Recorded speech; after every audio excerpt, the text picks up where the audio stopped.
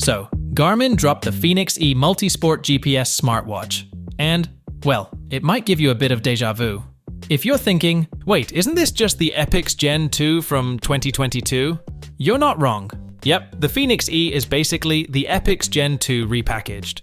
Same materials, same screen size, same dimensions, even the exact weight and storage space. Garmin didn't exactly reinvent the wheel here. And to top it off, they decided to trim down some important features that were present in the Epix Gen 2, like the skin temperature sensor and multiband GPS. If you were hoping for a significant upgrade, this might feel like a bit of a letdown. But hold on, it's not all bad news. The Fenix E does have a few things going for it. The user interface got a nice update, making it easier to navigate through your activities and apps. Plus, there's a new watch face editor for those who like to keep things personalized.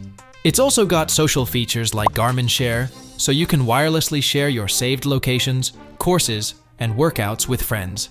And even if you're in a dead zone, you can still send texts using the Garmin Messenger app directly from your watch. Now, enough comparison, let's talk about what it can do.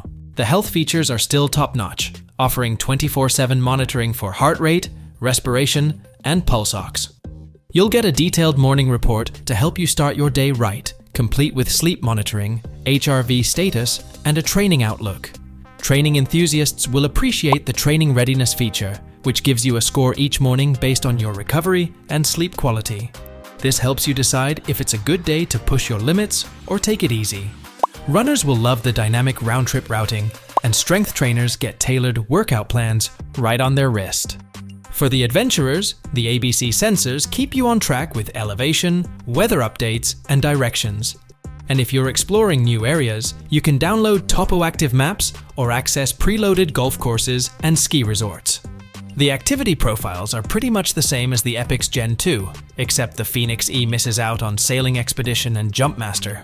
So, we're not expecting any major surprises. It should be just as capable as the Epix Gen 2, and they're priced similarly at $799. At the end of the day, offering a more affordable Fenix that still gets the latest software updates makes a lot of sense for Garmin. So, what do you think of the Garmin Fenix E? Worth the upgrade or just a repackaged repeat?